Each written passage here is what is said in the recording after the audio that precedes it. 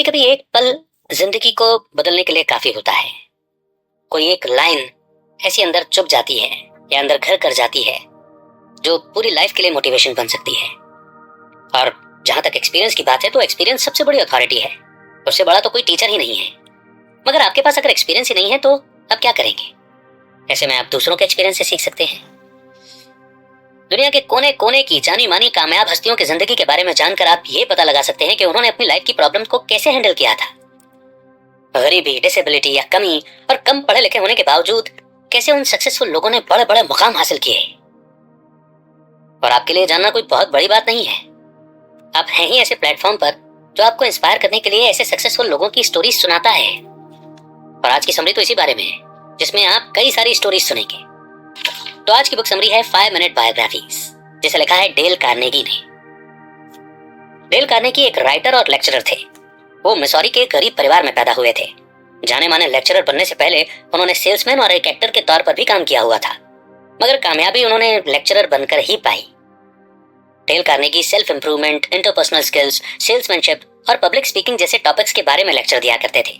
उन्होंने कई किताबें लिखी हैं, जैसे how to win friends and influence people and how to stop worrying and start living. आज की समरी 5 मिनट बायोग्राफीज में आप चंद बेहद कामयाब और काबिल लोगों की जिंदगी से रूबरू होंगे, जो आपको जोश और जुनून से भर देगी।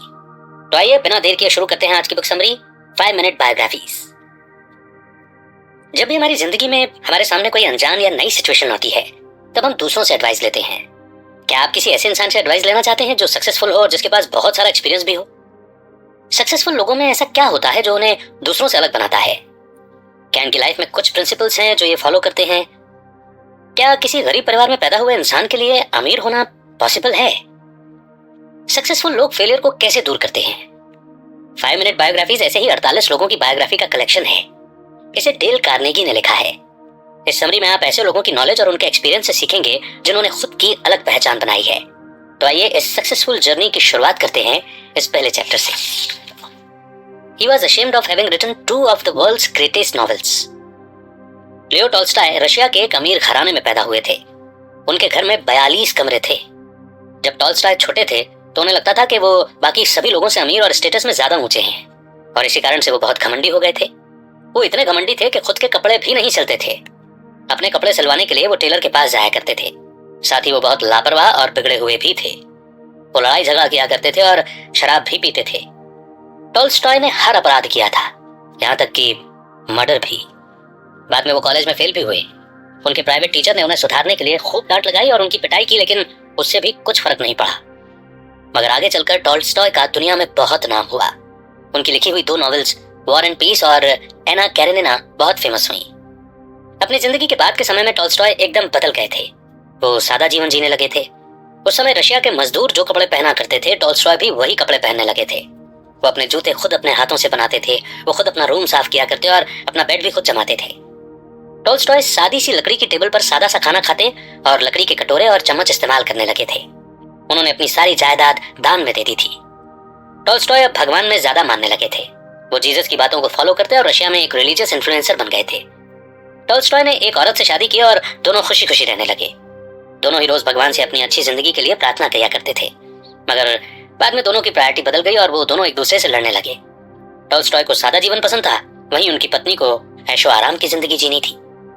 टॉल्स्टॉय फेमस नहीं होना चाहते थे, मगर उनकी पत्नी फेमस होना चाहती थी। टॉल्स्टॉय को लगता था कि पैसे जमा करना बहुत बड़ा पाप है, मगर उनकी बीवी को बहुत सारे पैसे चाहिए थे। टॉल्स्टॉय प्यार से राज करने में भरोसा करते थे, वहीं उनकी बीवी ताकत से रूल करने में भरोसा रखती थी। टॉल्स्टॉय और उनकी बीवी का रिश्ता तब और ज्यादा खराब हो गया जब उनकी बीवी उनके आसपास के सभी लोगों से जलने लगी।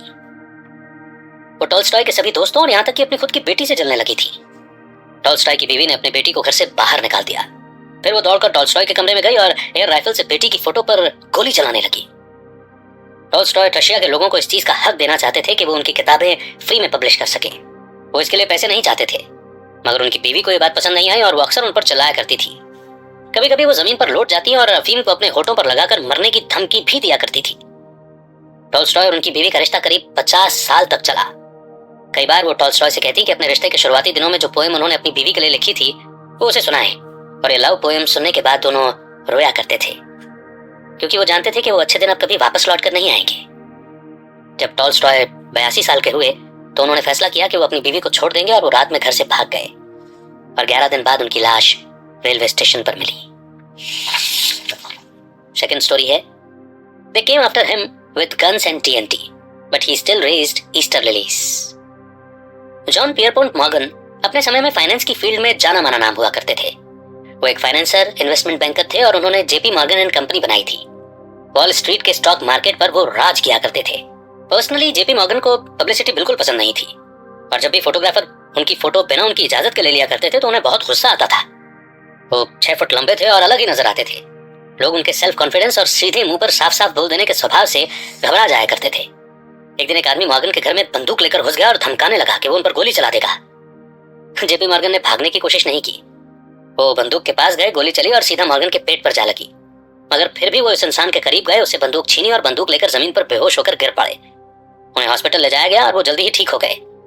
जेपी मॉर्गन को दोबारा मारने की कोशिश की गई। मॉर्गन के ऑफिस के बाहर बारूद से भरी घोड़ा गाड़ी भेजी गई।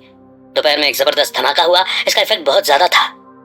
गली की सभी लंबी लंबी बिल्डिंग्स हिलने लगी, उनकी खिड़कियां टूट गईं, धमाके से एक जगह आग लग गई थी और घायल लोगों के शरीर के चिथड़े हवा में उड़ रहे थे और गलियों में उनकी लाशों को साफ देखा जा सकता था। धमाके में 40 लोग मर गए थे और 200 से ज्यादा घायल थे। इसमें कई 2 मिलियन की प्रॉपर्टी बर्बाद हो गई थी। सौभाग्य से उस समय जेपी मॉर्गन यूरोप में थे। वो इस धमाके के पीछे के आदमी को पकड़ना चाहते थे, इसलिए उन्होंने उसे पकड़ने वाले को $50,000 का इनाम देने की घोषणा कर दी। सभी ने उस आदमी को ढूंढने की कोशिश की लेकिन नाकाम रहे। जेपी मॉर्गन ने अपने ऑफिस के बाहर 2 जासूसों को भी रखा। उन्होंने अपनी बिल्डिंग की छत को लोहे की परत से ढक दिया और वो और उनका स्टाफ उसी बिल्डिंग में काम करते रहे।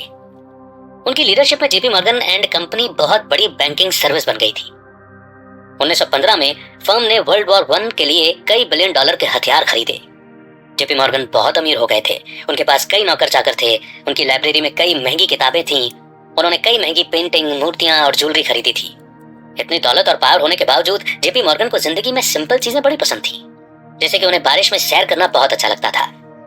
जेपी मॉर्गन की शादीशुदा जिंदगी बड़ी खुशहाल थी। जब उनकी बीवी एक अजीब बीमारी जिसका नाम था स्लीपिंग सिकनेस की वजह से गुजर गई थी तो उन्होंने उसके कमरे को बिल्कुल वैसा का वैसा सजा कर रखा था।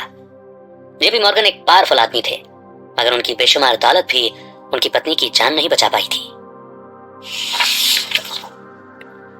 थर्ड चैप्टर है the deaf, dumb and blind girl who was likened to Napoleon. Helen Keller एक ऑथर, लेक्चरर और डिसेबिलिटी राइट्स की एक्टिविस्ट थी। उन्होंने कई किताबें लिखी थी, जिनमें से कुछ है story of my life, my religion और the world of living. Mark Twain जो खुद एक ऑथर थे, उन्होंने कहा था कि 2 लोग उन्हें बहुत अट्रैक्ट करते हैं, एक तो नेपोलियन और दूसरी हेलन केलर। हेलन केलर बिना किसी डिसेबिलिटी यानी कि अपंगता के पैदा हुई थी। सुन और बोल सकती थी, लेकिन जब वो 19 महीने की हुई तो एक बीमारी ने उन्हें बहरा, गूंगा और अंधा बना दिया। हेलन दुनिया से और अपने आसपास के लोगों से कनेक्ट नहीं कर पाती थी। कई बार वो हिंसक हो जाती थी और घर में रखा हुआ सामान इधर उधर फेंकने लगती थी और अपने मुंह में दोनों हाथों से खाना भरने लगती। हेलन के पेरेंट्स नहीं समझ पा रहे थे कि उन्हें कैसे पढ़ाया लिखाया जाए, मगर फिर हेलन के पेरेंट्स ने उन्हें बोस्टन में पर्किंस इंस्टीट्यूट फॉर ब्लाइंड में भेज दिया। एक 20 साल की टीचर जिनका नाम था एनी सलीवन, उन्होंने हेलन को अपना स्टूडेंट बना लिया और इसने हेलन की जिंदगी पूरी तरह से बदल दी। मिस सलीवन गरीब परिवार से थी। वो बेघर थी और वो और उनका भाई ऐसे कमरे में सोया करते थे जहां मरे हुए लोगों को रखा जाता है। मिस सलीवन अंधी होने वाली थी। फिर उन्होंने पर्किंस इंस्टीट्यूट में पढ़ाना शुरू किया। उन्होंने ब्रेल लैंग्वेज सीखी, जो उन लोगों के लिए खास भाषा होती है जो देख नहीं सकते। सबसे अच्छी बात तो ये रही कि उनकी आंखों की रोशनी नहीं गई। एक ही महीने में मिस सलीवन हेलन से बात करने लगी थी। मिस सलीवन ने ही हेलन को पढ़ाया और बाद में हेलन ने रेड क्लिफ कॉलेज में एडमिशन लिया। इस समय तक हेलन ब्रेल में लिखने पढ़ने लगी थी। वो बोल भी पा रही थी, लेकिन वो ऐसा लगता था जैसे कोई अलग भाषा हो। आगे चलकर हेलन ने ब्रेल में ही कई नॉवेल लिखी, साथ ही मैगजीन के लिए आर्टिकल्स भी लिखे। जब वो गहरी सोच में होती थी तो खुद से ही साइन लैंग्वेज में बात किया करती थी। उनका सेंस ऑफ टच बहुत स्ट्रांग था और हेलन किसी के होठों पर उंगलियां रखकर समझ जाती थी कि वो क्या कह रहे हैं। वो म्यूजिकल वाइब्रेशन की मदद से म्यूजिक भी एंजॉय किया करती थी। हेलन स्विमिंग करना, नाव चलाना, घोड़ा चलाना, सिलाई वगैरह सब कुछ कर सकती थी। वो अपने लिए खास बनाए गए चेस सेट में चेस भी खेला करती थी। अपनी डिसेबिलिटीज के बावजूद हेलन बहुत कुछ सीखना चाहती थी। उन्होंने 12 किताबें, 12 बुक्स लिखी, खुद की लाइफ पर बनाई गई मूवी में एक्टिंग भी की और कई देशों में लेक्चर भी दिए थे। वो आज भी कई लोगों के लिए एक इंस्पिरेशन है। नेक्स्ट चैप्टर है He was shot in the breast, but he kept right on with his speech. Theodore Roosevelt 20th century की शुरुआत के दौर में अमेरिका के प्रेसिडेंट थे। उन्हें बहुत निडर इंसान की तरह देखा जाता था। 1912 में बुल मूस कैंपेन में उन्हें एक स्पीच देनी थी। जब वो स्टेज पर गए तब एक आदमी ने सीधा उन्हें सीने में गोली मार दी थी, लेकिन रूजवेल्ट ने किसी को नहीं बताया कि उन्हें गोली लगी है, बल्कि वो ऑडिटोरियम में जाकर अपनी स्पीच देने लगे। वो तब तक बोलते रहे जब तक बहुत खून बह जाने की वजह से वे बेहोश नहीं हो गए थे। उसके बाद उन्हें तुरंत हॉस्पिटल ले जाया गया। जब रूजवेल्ट छोटे थे तो वो चोट लगने से बहुत डरा करते थे और वो बहुत शर्मीले स्वभाव के भी थे। उन्हें अस्थमा की बीमारी थी। रूजवेल्ट ने अपने जज्बे और ताकत को वो सभी काम करके बनाया जिनसे उन्हें डर लगता था। वो देश के वेस्ट साइड में गए और एक काउबॉय बन गए।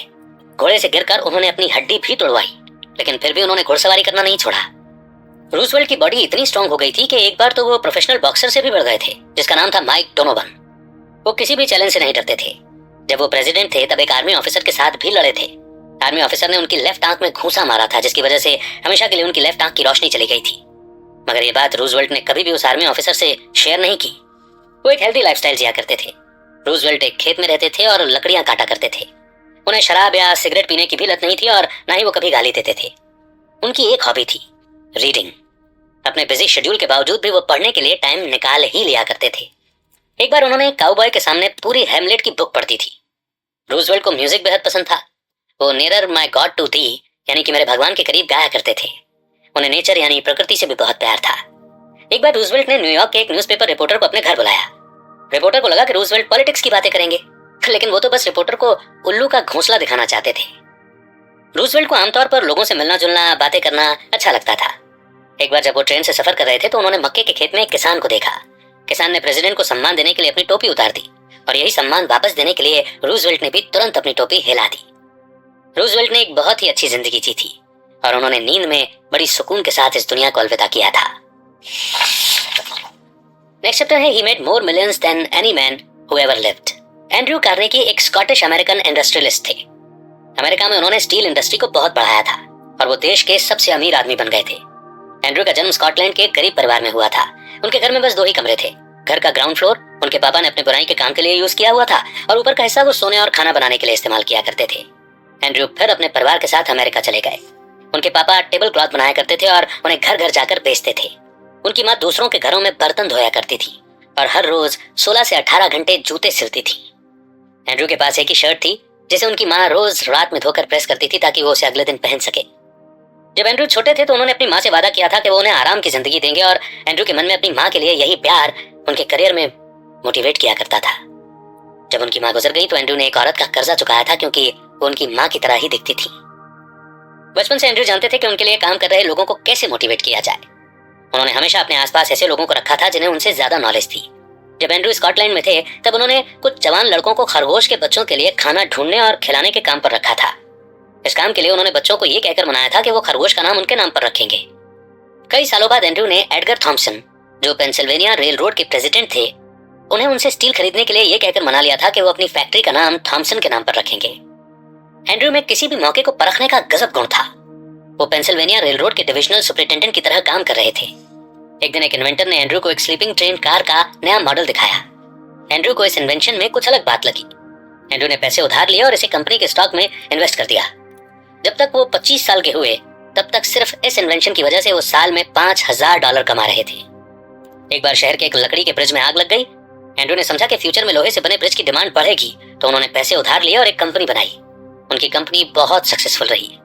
एंड्रयू ने अपने दोस्त के साथ तेल के फील्ड के बीच में $40,000 में एक खेत खरीदा। उस खेत और तेल ने एक ही साल में कई $1000 कमा लिए थे। जब तक एंड्रयू 27 साल के हुए तब तक वो हर साल $52,000 कमा रहे थे। समय के साथ वो देश के सबसे अमीर आदमी बन गए, लेकिन वो बहुत दयालु भी थे। अपनी पूरी जिंदगी में एंड्रयू ने $365 मिलियन का दान किया है। उनका मानना था कि अपने लिए बहुत सारा पैसा जमा करना और मर जाना बहुत शर्म की बात है। नेक्स्ट चैप्टर है Shakespeare had a shotgun wedding. William Shakespeare एक इंग्लिश ऑथर, पोएट और एक्टर थे। उनके जाने माने काम में हैमलेट, मैकबेथ और साथ ही रोमियो एंड जूलियट शामिल हैं, जो आज भी बेहद फेमस हैं। हालांकि जब वो जिंदा थे तब वो इतने फेमस नहीं थे और उनकी शादीशुदा जिंदगी में भी कई परेशानियां थी। शेक्सपियर के पिता ग्लव्स बनाते थे और एक किसान थे। शेक्सपियर अपने खेत के जानवरों का ख्याल रखते थे और स्कूल जाया करते थे। जब वो 13 साल के हुए तब काम की वजह से उन्हें स्कूल छोड़ना पड़ा। माना कि बचपन में शेक्सपियर गरीब थे, लेकिन जब वो गुजरे तब वो काफी अमीर हो चुके थे। उन्होंने 2 थिएटर में इन्वेस्ट किया था, रियल एस्टेट में भी इन्वेस्ट किया था और बहुत सारा पैसा लोगों को इंटरेस्ट पर उधार भी दिया करते थे। शेक्सपियर एनी वेटली से बहुत प्यार करते थे, लेकिन एक दूसरी औरत जिसका नाम था एनी हैथवे, उसके साथ उनका अफेयर था। जब हैथवे को दूसरी औरत के बारे में पता चला तो वो बहुत रोई और अपने पड़ोसियों से बात की। तब पड़ोसियों ने शेक्सपियर को हैथवे से शादी करने के लिए मजबूर किया था। हैथवे शेक्सपियर से 8 साल बड़ी थी। अपनी शादीशुदा जिंदगी में शुरू से ही दोनों बहुत दुखी थे। शेक्सपियर अपना ज्यादातर समय लंदन में बिताते थे और अपने बीवी बच्चों से बहुत कम मिलने जाया करते थे। अपने प्ले में भी वो बड़ी उम्र की औरत से शादी करने के नुकसान बताया करते थे। जब शेक्सपियर इस दुनिया से गए तो अपनी बीवी के लिए प्रॉपर्टी के नाम पर सिर्फ अपना सेकंड फेवरेट बेड फ्रेम छोड़ गए थे। उनके प्ले को उनके मरने के 7 साल बाद एक बुक के रूप में पब्लिश किया गया था और उनके काम को लगभग 100 साल बाद पहचान मिली थी। नेक्स्ट चैप्टर है She turned him down because he had no prospects. His name was John D. John D Rockefeller एक बहुत ही सक्सेसफुल बिजनेसमैन थे। उन्हें अमेरिकन हिस्ट्री में सबसे अमीर आदमी के रूप में देखा जाता है। जब अमेरिका में सिर्फ 6 मिलियनियर्स थे उस समय उनकी वर्थ 1 या 2 बिलियन डॉलर थी। जब रॉकफेलर छोटे थे तो एक खेत में 37 सेंट की पेमेंट पर काम किया करते थे। वो अपनी माँ की टर्की पक्षियों की देखभाल करने में मदद करके अपनी पॉकेट मनी कमाया करते थे। रॉकफेलर ने सिर्फ हाई स्कूल तक ही पढ़ाई की थी और वो कॉलेज नहीं गए थे। पहली लड़की जिससे रॉकफेलर को प्यार हुआ था उसने उन्हें इसलिए रिजेक्ट कर दिया था क्योंकि उनकी माँ को लगता था कि रॉकफेलर में दम नहीं है और वो जिंदगी में कुछ नहीं कर पाएंगे। इसके बावजूद उन्होंने मेहनत की और वो सब कुछ हासिल किया जो आज तक कोई भी नहीं कर पाया। बाद में रॉकफेलर ने स्टैंडर्ड ऑयल कंपनी बनाई। वो बहुत सादा जीवन जीते थे और 97 साल की उम्र तक जिंदा रहे। रॉकफेलर अपने इमोशंस पर बहुत ज्यादा ध्यान देते थे और वो ज्यादातर शांति रहते थे। वो जब तक जिंदा थे तब तक हर रोज आधे आधे घंटे की 5 नींद लिया करते थे। रॉकफेलर ना तो सिगरेट पीते थे और ना ही शराब को हाथ लगाते थे और तो और उन्हें पत्ते खेलने की भी लत नहीं थी। उनकी हेल्थ काफी अच्छी थी और उनका एक भी दांत नकली नहीं था। वो हर रोज बाइबल पढ़ते थे और प्रेयर करते थे। रॉकफेलर ने उन सभी सोशल मुद्दों पर काम किया था जिसका उन पर किसी न किसी तरह से असर पड़ा था। जैसे क्योंकि वो पढ़ नहीं पाए इसलिए शिकागो यूनिवर्सिटी को उन्होंने $50 मिलियन डोनेट किए थे। उन्होंने रॉकफेलर फाउंडेशन बनाई और मेडिकल रिसर्च के लिए कई $मिलियन दान में दिए। ये फाउंडेशन दुनिया भर में मलेरिया और येलो फीवर के लिए कैंपेन किया करती थी। रॉकफेलर बहुत ही दयालु इंसान थे। उन्होंने अपने बेटे को मेहनत करना सिखाया और उसे अपनी बेशुमार दौलत देकर बिगाड़ा नहीं। नेक्स्ट चैप्टर है He went to school for only 4 years, yet he wrote 17 immortal novels. Charles Dickens English author थे और उनके फिक्शनल कैरेक्टर आज भी बहुत फेमस हैं। उनके फेमस काम में ऑलिवर ट्विस्ट, ग्रेट एक्सपेक्टेशंस और अ क्रिसमस कैरल शामिल है। उन्हें दुनिया का आज तक का सबसे हाईएस्ट पेड ऑथर माना जाता है। डिकेंस सिर्फ 4 साल स्कूल गए थे। उनके पेरेंट्स एक स्कूल के मालिक थे लेकिन वो स्कूल सिर्फ लड़कियों का था और 1 साल तक उस स्कूल में एक भी बच्चा नहीं था, जिस वजह से डिकेंस के पेरेंट्स पर बहुत कर्जा चढ़ गया था और आखिर में उनके पिता को जेल में डाल दिया गया। उनकी माँ और बहन भाइयों ने घर का फर्नीचर और किताबें बेचकर घर चलाया लेकिन जल्दी उन्हें भी जेल में डाल दिया गया। डिकेंस 2 और लड़कों के साथ ऐसे कमरे में रहा करते थे जहां पर बहुत सारे चूहे थे। फिर उन्हें बोतलों पर लेबल चिपकाने का काम मिला। तब वो उस जगह के एक छोटे से छेद जैसी जगह में रहने लगे जिससे कि उन्हें प्राइवेसी मिल सके। उनके लिए वो छोटा सा छेद किसी जन्नत जैसा ही था। उनकी बुक ऑलिवर ट्विस्ट उन्हीं के बचपन से इंस्पायर्ड है। जब डिकेंस ने लिखना शुरू किया तो उन्होंने अपनी मैन्युस्क्रिप्ट को देर रात पब्लिशर्स को भेजना शुरू किया क्योंकि उन्हें लगता था कि अगर दिन में किसी ने उन्हें देख लिया तो सब उनका मजाक उड़ाएंगे। जब डिकेंस की पहली कहानी पब्लिश हुई तब वो 22 साल के थे। उन्हें इसके लिए पैसे नहीं मिले थे लेकिन वो खुश थे। मुफ्त में कई कहानियां पब्लिश होने के बाद डिकेंस को फाइनली एक स्टोरी के लिए $5 मिले। बाद में उनकी वैल्यू इतनी बढ़ गई कि उनकी लास्ट मैन्युस्क्रिप्ट के लिए उन्हें हर वर्ड के लिए $15 दिए गए थे। डिकेंस के 10 बच्चे थे लेकिन वो अपनी 23 साल से साथ रह रही पत्नी से बहुत नाखुश थे। उन्होंने अपने अलग होने का डिसीजन एक मैगजीन में छपवाया था। डिकेंस ने इसके लिए सारा दोष अपनी बीवी को ही दिया था। जब वो गुजरे तो अपनी सिस्टर इन लॉ के नाम कई $मिलियन कर दिए थे लेकिन अपनी बीवी के लिए हर हफ्ते का सिर्फ $35 ही छोड़ गए थे। डिकेंस स्वार्थी किस्म के शख्स थे। उन्हें अपने सुंदर होने पर बहुत घमंड था और अपने फेमस होने पर भी वो बहुत नाश किया करते थे। अपने काम को लेकर एक सिंपल सा क्रिटिसिज्म भी उन्हें गुस्सा दिला दिया करता था, मगर उनकी नॉवेल्स आज भी बहुत फेमस हैं। नेक्स्ट चैप्टर है the world's most famous woman once slept under a chair to keep warm. Marie Curie एक साइंटिस्ट थी जिन्होंने रेडियो एक्टिविटी का कॉन्सेप्ट इंट्रोड्यूस किया था। उन्होंने रेडियम नाम का एक एलिमेंट डिस्कवर किया था। इस एलिमेंट का यूज कैंसर के इलाज में किया जाता है। वो नोबेल प्राइज जीतने वाली पहली औरत थी। वो 2 अलग फील्ड में 2 बार नोबेल प्राइज जीतने वाली पहली इंसान भी बनी। मैरी पोलैंड में पैदा हुई थी। बहुत शर्मीली लड़की थी। जब वो 19 साल की हुई तो एक प्राइवेट टीचर की तरह काम करने लगी और उनका काम था एक अमीर घर की लड़की का ख्याल रखना। उस अमीर घर के सबसे बड़े बेटे को मैरी से प्यार हो गया था लेकिन लड़के के घर वालों ने इस रिश्ते से इनकार कर दिया। वो इस बात पर बहुत गुस्सा भी हुए कि उनका बेटा एक लोअर क्लास की लड़की से शादी करना चाहता है। मैरी को बहुत अपमान महसूस हुआ, इसलिए उन्होंने शादी से जुड़े सभी ख्याल अपनी जिंदगी से निकाल दिए और अपनी पूरी जिंदगी साइंस को समर्पित कर दी।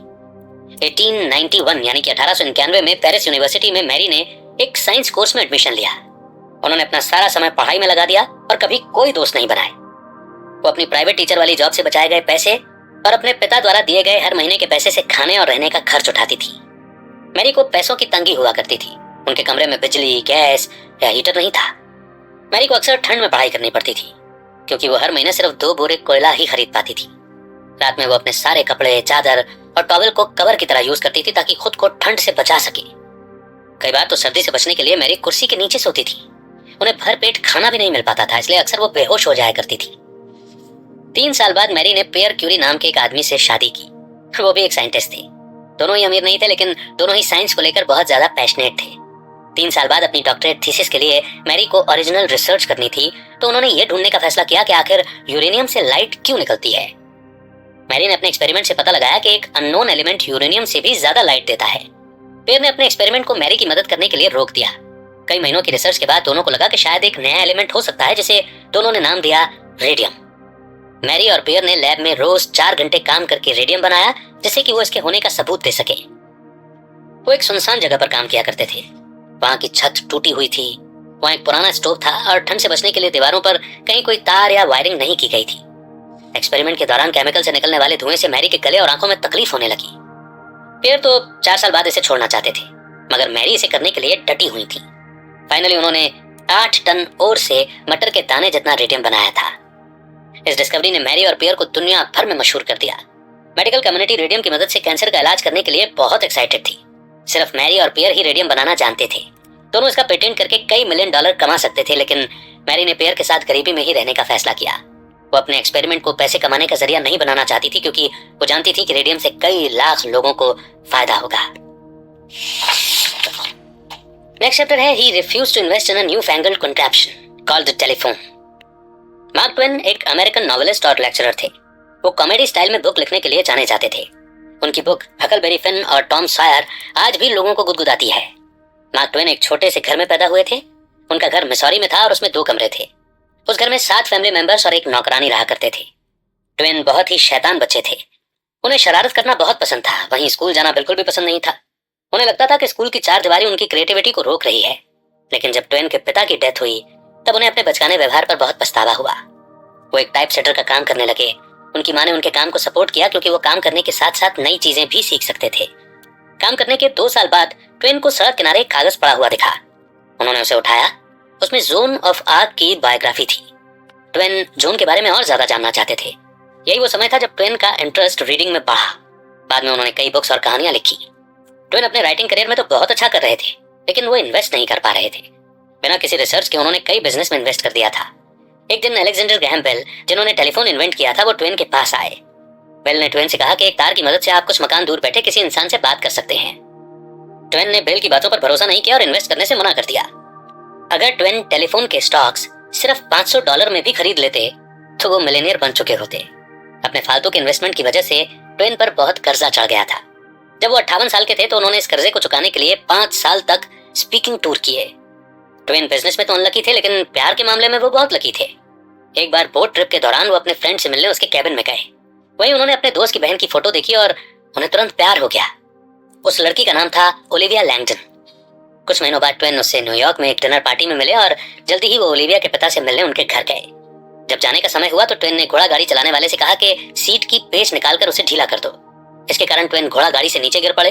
ओलिविया के परिवार ने तुरंत ट्वेन को घर के अंदर बुलाया और उन्हें 2 हफ्ते तक अपने साथ रहने को कहा। और इस वक्त के दौरान ट्वेन और ओलिविया करीब आए। दोनों 34 साल तक शादी के बंधन में बंधे रहे। दोनों ओलिविया की डेथ तक एक दूसरे को प्यार से अलग अलग नाम से बुलाया करते थे।